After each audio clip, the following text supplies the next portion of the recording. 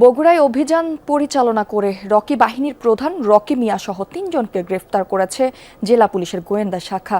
শনিবার রাতে সদর উপজেলার ঠেঙ্গামারা এলাকা থেকে তাদের গ্রেফতার করা হয়।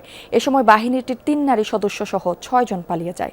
পুলিশ জানায় বেশ কয়েকজন সহযোগী নিয়ে কিছুদিন ধরে এলাকায় মাদক ব্যবসা সহ বিভিন্ন সন্ত্রাসী কার্যক্রম চালিয়ে যাচ্ছিলেন রকি।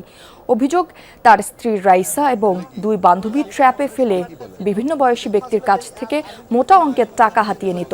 বিষয়টি নজরে আসার পর তদন্তের এক পর্যায়ে রকি বাহিনীর আস্তানার সন্ধান পায় গোয়েন্দা পুলিশ।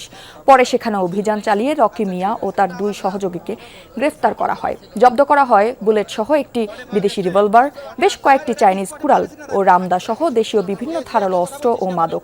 এ সময় পুলিশের উপস্থিতি টের পেয়ে পালিয়ে যায় রকির স্ত্রী, 2 বান্ধবী এবং 3 যুবক। নিরীহ লোকজনকে ধরে নিয়ে আসে এখান থেকে, তাদেরকে শক দিয়ে, আপনি দেখতে পাচ্ছেন শকার মেশিন পেয়েছি, তাদের কাছে শকার মেশিন দিয়ে তাদেরকে শক দিয়ে তাদের কাছ থেকে মুক্তিপণ আদায় করতো, প্লাস বিভিন্ন অপহরণ সহ বিভিন্ন ধরনের অপরাধমূলক কর্মকাণ্ড করে আসছিল।